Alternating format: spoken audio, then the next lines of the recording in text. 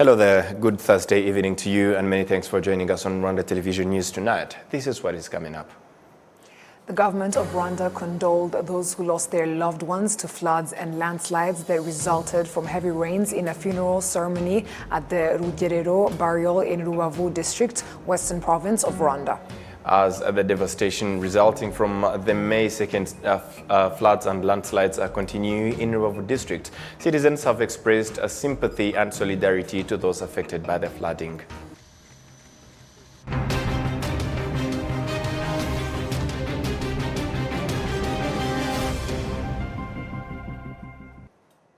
It's a great pleasure having you company tonight and coming to you straight from the heart of Africa, Kigali. My name is Sam Kalisa. And I'm Martina Vera. How are you, Martina? I'm good. How are you tonight? Very, very great. Yes. Yes, and as we start off tonight's edition, let us inform you that on Thursday, President Paul Kagame and First Lady Jeannette Kagame arrived in London for the coronation of King Charles III.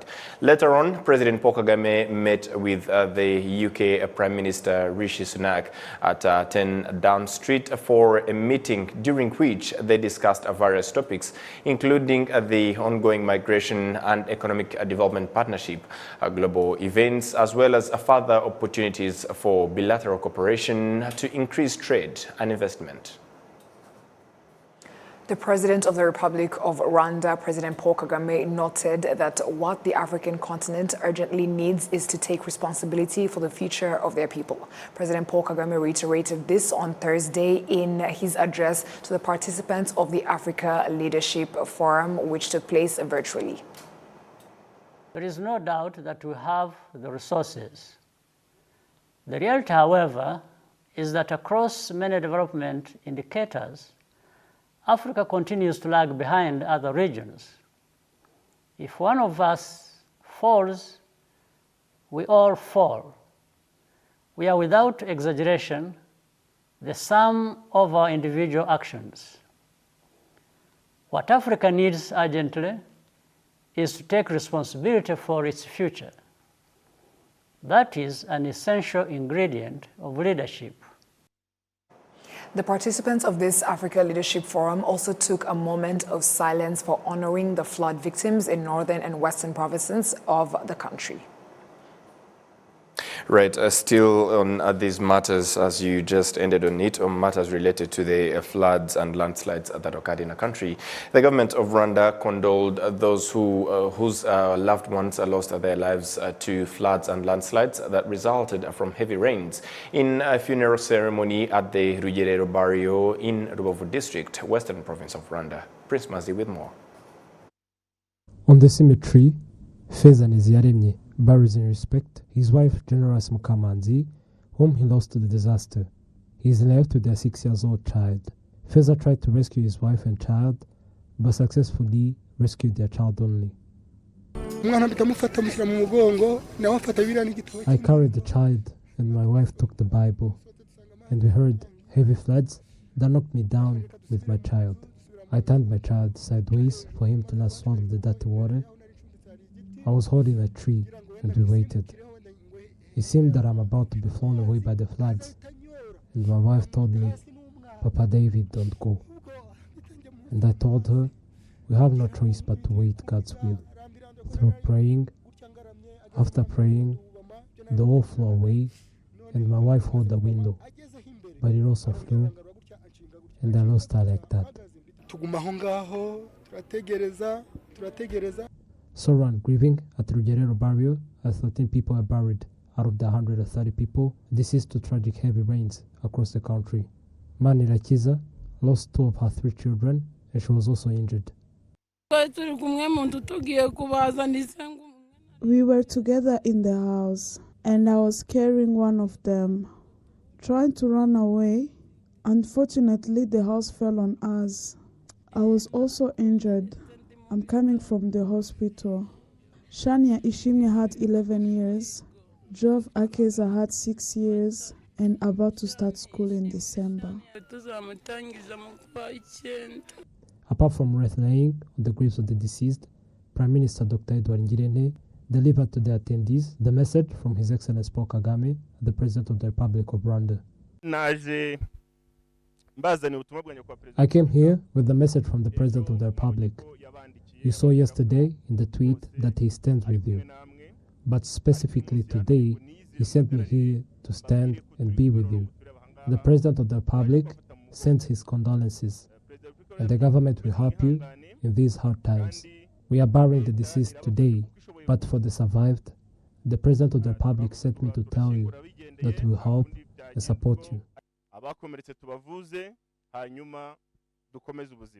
Nevertheless, those who lost their loved ones to disasters extend their appreciation to the government that stood in solidarity with them. I am also happy that we have a good government because they think on us and they came here to stand with us. I truly appreciate officials here today and also appreciate the President of the Republic. Send him this message that the Rubavu district residents appreciate how he stood with them. Prime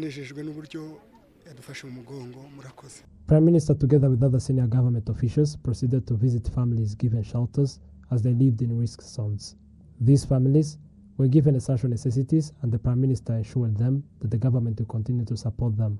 He requested citizens to abide with regulations set by the government administrations for curbing disasters.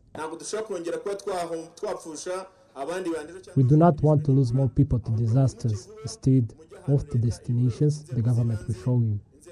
Local administrations will continue to show you where to stay, and will continue to make sure that where you are staying, you are well treated. Floods and landslides resulted from tragic heavy rains also destroyed properties in the western and northern provinces on the 2nd and early morning on 3rd May 2023. Prince Manzi, RwandaTV News.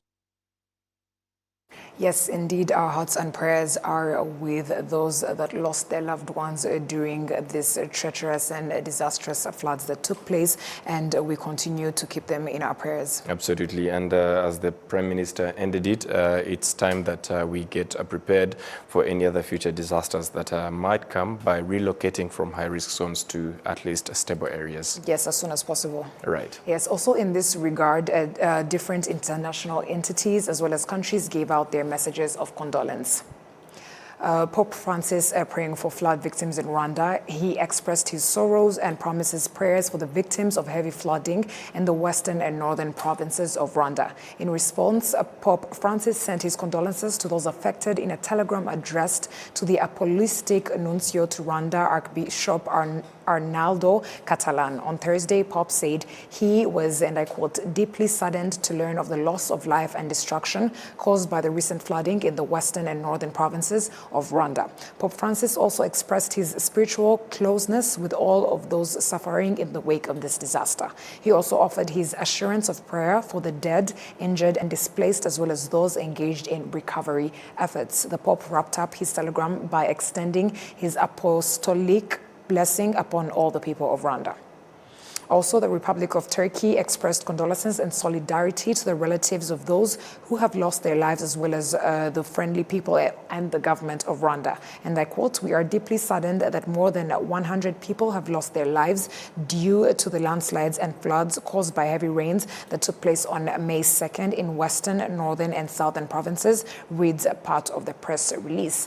As well as the Director General of the World Health Organization, Dr. Tedros, he went on to say, "My thoughts are with the people of Rwanda who have been affected by the devastating floods yesterday." That is when he tweeted it, "Who stands ready to support the government and health workers in providing essential care to those in need." The Emir of Qatar, Sheikh Tamim bin Hamad Al Thani, has sent a condolence message to President Paul Kagame and the people of Rwanda over the floods that claimed lives in western, northern, and southern provinces of the country. He also wished a speedy recovery to those injured. The Ministry of Foreign Affairs of Armenia also sent a message of condolences. "We express our heartfelt sympathy and sincere condolences to the families of the victims of Rwanda's devastating floods. Armenia stands in solidarity with the friendly people of Rwanda," the statement went on to read. Right, Martina, I guess we can just thank them for standing with Rwanda in these difficult times. Yeah. Absolutely. And of course, as we move ahead, families that were affected by heavy rains in Nyabihu district appreciate the assistance of the government, which includes food and other basic materials that can be of need during these moments. Olimnete. During rain, the Prime Minister Dr. Edouard Ngirente, together with some cabinet members, visited residents of Sira and Rugera sector that were affected by floods and landslides caused by heavy rains. He also held discussions with them and comforted them. The residents appreciated the gesture and also said that this is a sign of how the government prioritizes their well-being.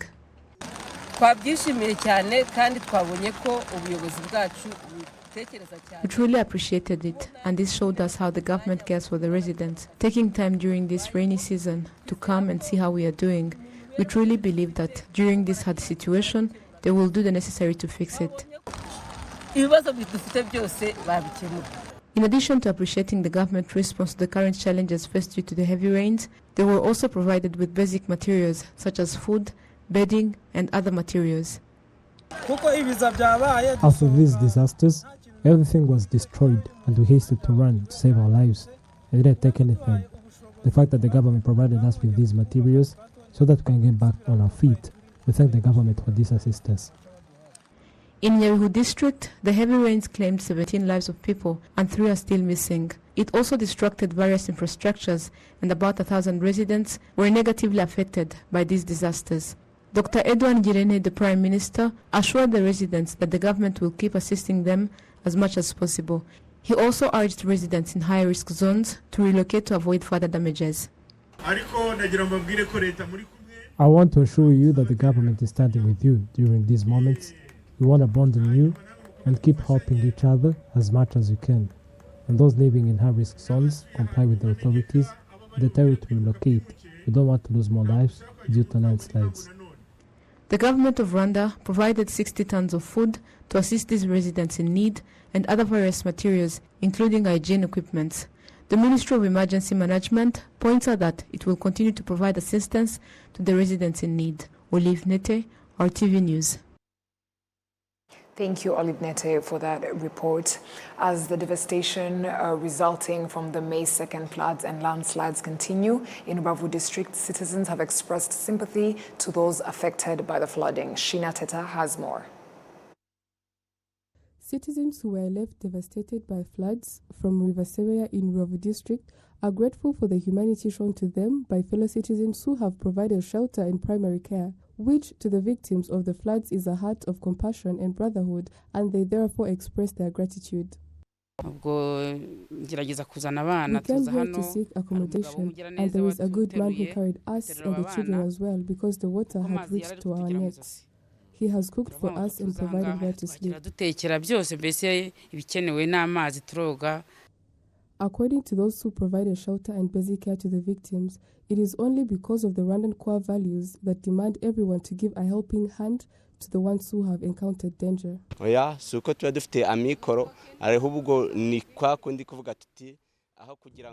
the wealthiest, but you cannot watch your neighbors, relatives and friends about to lose their life and not do anything about it. We would rather share the little we have, given our values as Rwandans, which we attribute to our leaders. On the other hand, religious institutions, including churches, have also helped victims to the flooding in such a way that some churches have agreed to accommodate the victimized in temples. Supporting this, religious leaders indeed say that their doctrines emphasize love, cooperation, and simplicity. We don't have to be asked to express kindness. It is a responsibility to help the ones endangered by natural disasters, given it is the message from the Word of God that we deliver to people.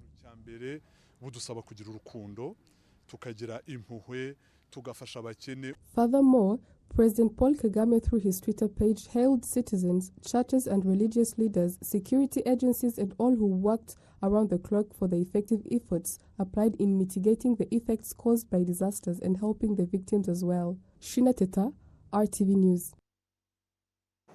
In the city of Kigali, there are residents who are still living in high-risk zones that may put their lives in danger. They express that these rainy conditions are worrying them. Meanwhile, those who relocated from these high-risk zones say that they are now feeling safe. Olive Nete. In Gasabo district, Gatsata sector in Hanikasel is a place among high-risk zones. Confiance Uwase, a resident in this area, says that recently a house near where she lives collapsed, but luckily no one got hurt. Of course we were afraid. We got out of the house thinking that people lost their lives in that incident, but luckily he managed to get out before the incident. This is a high-risk zone. If it continues like this, we will relocate to other places because here we rent.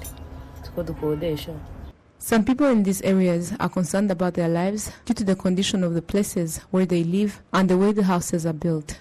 What I would request to the government to do is encourage those who live in those zones so that they can save their lives. On the other side, at Chiruhura in Kigali city, is a place which used to be occupied by residents, but they were relocated due to how the area was highly risky. Residents who relocated in this place were assisted by the government, and they now live in model villages in Karama.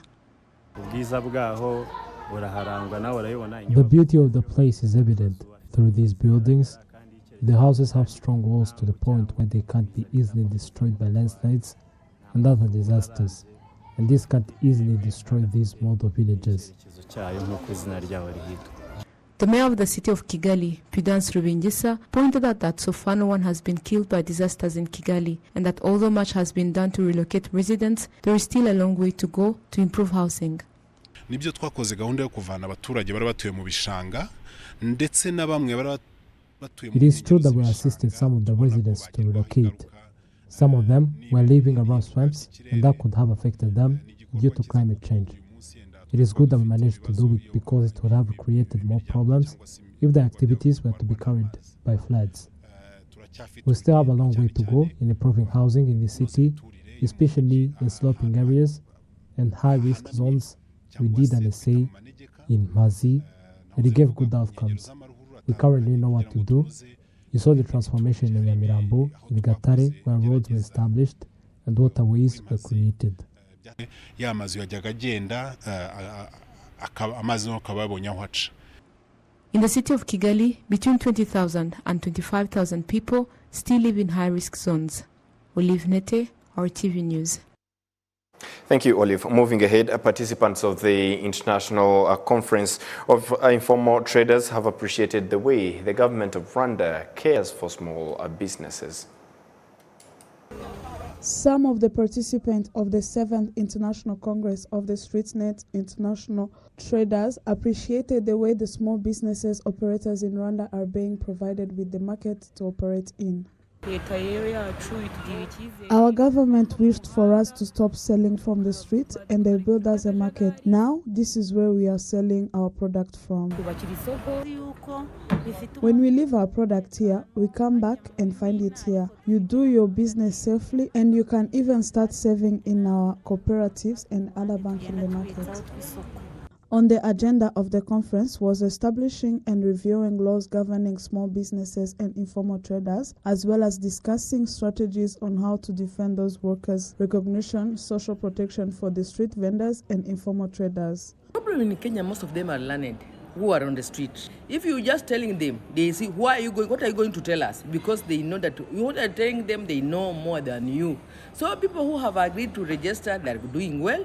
As I am the one of the product of people from the street, as I taught how to do business and to follow the rules. We are okay. I have learned a lot. But I am going to report to my government to share with them what our experiencing. The informal traders here, they seem to be very, very united and cooperative to their associations or their principalities, as compared to Botswana, where we just put these shades made of maybe nets, different colors, just patch up and do a structure for yourself. Is to be strong and know exactly where you stand. The president of Sintrec, a trade union of informal economy workers in Rwanda, Jeannette Nyiramasengesho, declares that there are many good things that the participants of this international congress learned about Rwanda, although there is still a room for improvement. You will find that in other countries, they don't have insurance, which is different from our country. We have different insurance like Ejo Hazaza, other programs like Mutuelle de Santé. Obviously, they have a lot to learn from us, and they have been asking on how to handle those issues with their employees. It is a serious problem, mostly from an employer who doesn't consider that after giving you a job, they should also give you a contract. In Rwanda, there are about 8,000 people in the trade union of informal workers, street vendors, and small businesses in different categories. Jessica Agasaro, RTV News.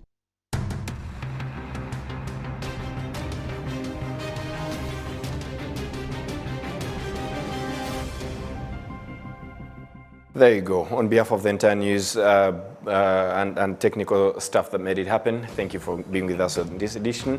Up until next time, we'll say stay safe. Yes, and have a great night. Goodbye.